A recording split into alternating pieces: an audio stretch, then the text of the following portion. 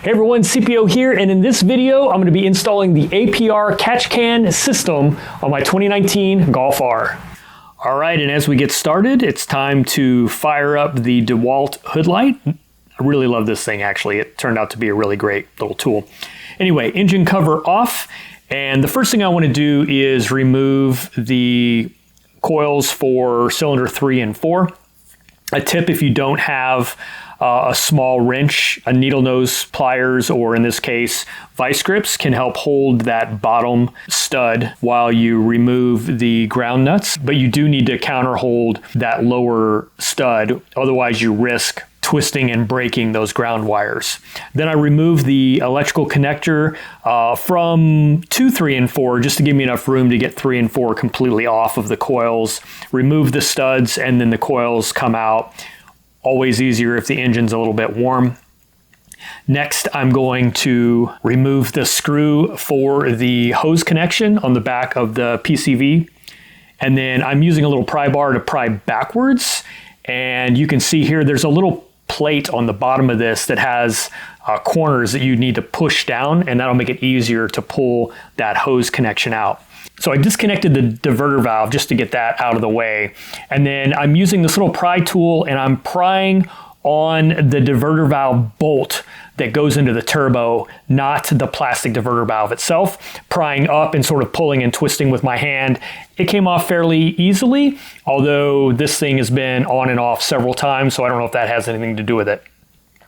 Now I can get that hose out of the way. The next thing I want to do is cut the hose clamp where this hose mates into the PCV top plate, and that's where you learn how dull or sharp your cutters are.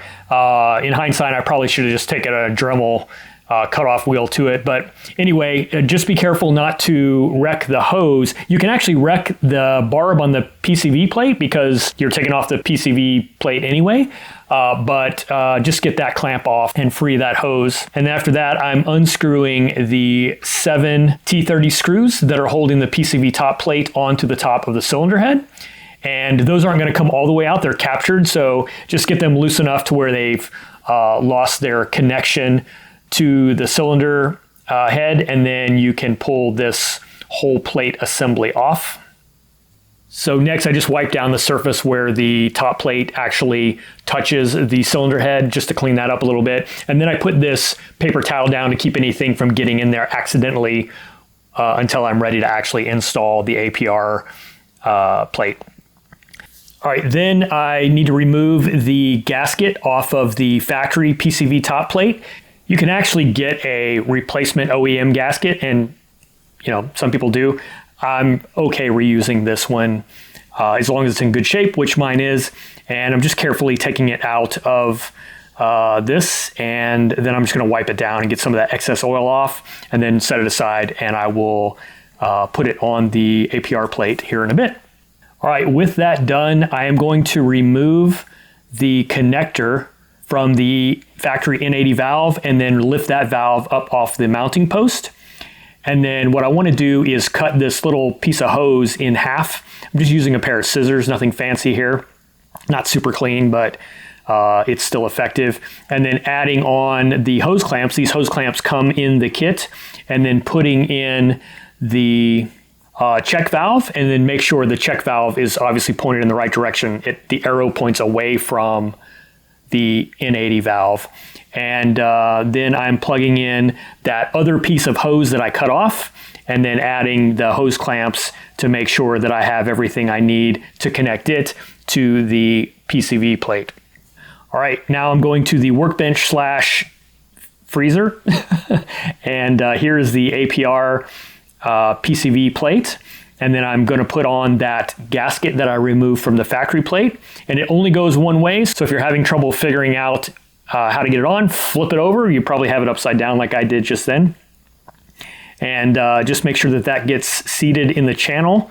And also what I'm doing as I do this is looking to make sure that there's nothing that's compressed to the point where it doesn't protrude above the bottom of the plate, because I want a good seal there. So I'm sort of looking to make sure that it looks like it's going to seal well, and it does. Now I can remove my little paper towel there in the PCV plate can go right where the old one was. And there are 7 screws that we're going to use to hold this in place. And be careful, these little boogers will try and jump out of your hands, and there's a lot of hidey places for them to go.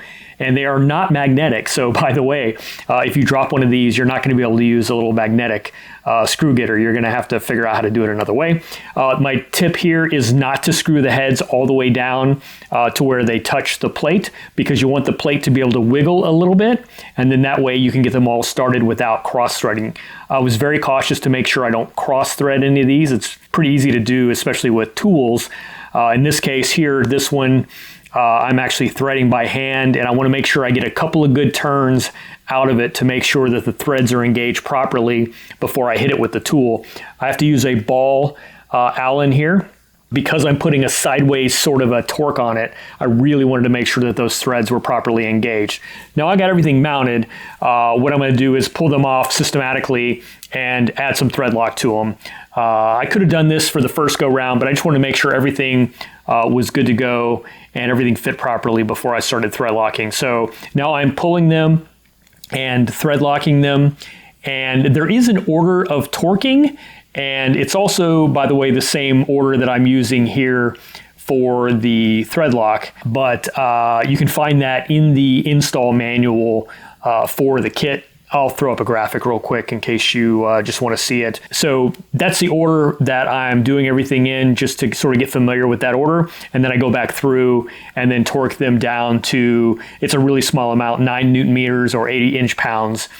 So not very much torque at all, and then that thread lock should be sure to hold everything in place.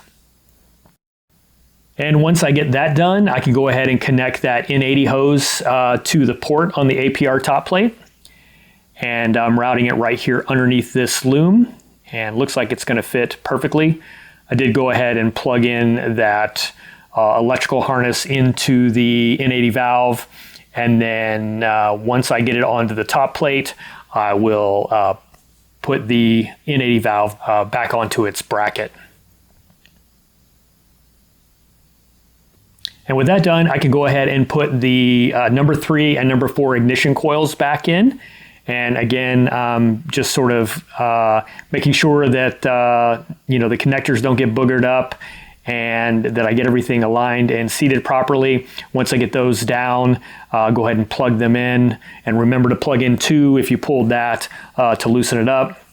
Then the stud that holds the coil pack into place gets torqued down to 9 Newton meters, and then I'm putting in the ground cable, and then the top nut also I'm just torquing down to 9 Newton meters. And you shouldn't need to hold the lower nut, because there's enough tension there that it should torque pretty easily without spinning the lower anymore.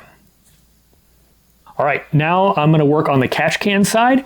As it turns out, I do have some washer fluid in the top portion of this washer fluid reservoir. On the Golf R, at least, this is my vehicle, it's a 2-piece reservoir. So the top just basically sits on the bottom. And what I'm doing is using a vacuum sucker to suck out quite a bit of fluid, but I'm basically getting all the fluid out of the top half of that washer fluid reservoir. That way, when I remove this bolt, this 10mm bolt that holds the top half in place on the motor mount, then I can just pull that off and I don't have any spillage. If you don't suck it out, or it's not already empty, you've got to make sure that you capture whatever washer fluid's going to come out of there, out of the bottom. But in my case, I didn't have any because I sucked it out. Now, I was a little bit confused at first because I thought I was missing some hardware. Turns out I found this 10mm nut and a washer screwed onto the bottom of this bracket for the catch can. That's not really where it goes. It was just sort of stored there, I guess. But yeah, if you're not able to find that, go check there. Maybe that's where it is. Now, doing this a little bit out of order from the instructions, I'm putting in the washer fluid fill neck first, because it's easier to do that without the catch can in there. Although the instructions tell you to put the catch can in and then that. So I'm doing it backwards. Just make sure you push the fill neck all the way down. You'll sort of feel it seat.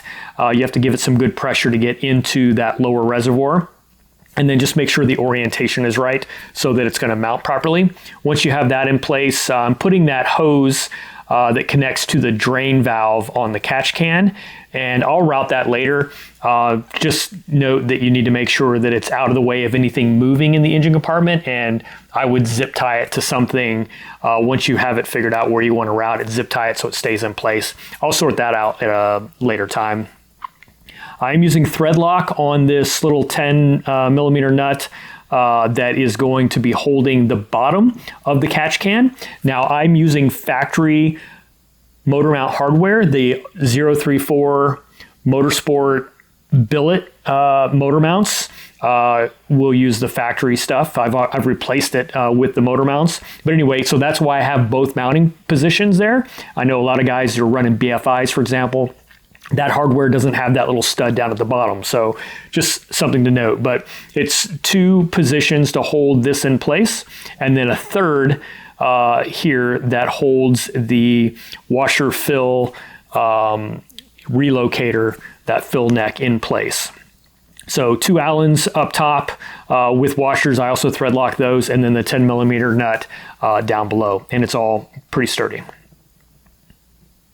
All right, now we're going to the hoses. I'm going to connect up the hose to the APR top plate first that goes to the catch can.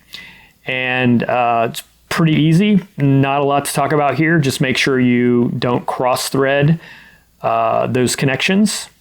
And up here at the top plate, that there's a wiring harness like loom thing that runs across. That sort of puts a little pressure on it, so just make sure that you get it sorted out so you're not cross-threading it. And then I'm just using an adjustable wrench to tighten it down. I think it's a 1-inch wrench, but yeah, crescent wrench always to the rescue for that. And just getting it tightened down and where I want it. Then the second hose that goes to the turbo inlet elbow. Yeah, I tried and struggled with how to get this done with the turbo inlet on the car, the way the instructions show. I just couldn't get it. There's this little clip that needs to be pushed into the hose, and it just, it was impossible to do for me on the car. So it takes just a couple of seconds, literally, to remove the elbow. So I just did that. Pulled off that little section of the intake pipe, and then 1 screw, and then the elbow is out. And then now I can actually just do this off the car. And so I just used a hammer, a rubber mallet, and I put it in place and then mounted it down. Once I did that, it spread that clip enough that I can now do it by hand. It starts out really tight. But once you get it on the first time, it's going to spread and be a little bit easier to deal with. So once I did that off the car, that made it possible to put the elbow back in place. And then I was able to easily by hand put the hose on and then add the clip with no issues whatsoever. So that's my tip. Unfortunately, I didn't get any video of me hitting it with a rubber mallet, but that's how I got it on the first time, is I just held it in my hand and smacked it once with the mallet, and it went right into place. But now, yeah, I can do it by hand back there on the elbow now. Put my intake back on real quick. All right, and now I'm gonna attach this to the catch can. And this could go a couple of ways depending on how you want to do things. You can have it running the way it is right now up alongside the intake, or if you want to reuse the engine cover, which I am, you can actually route it to run over the engine just like this.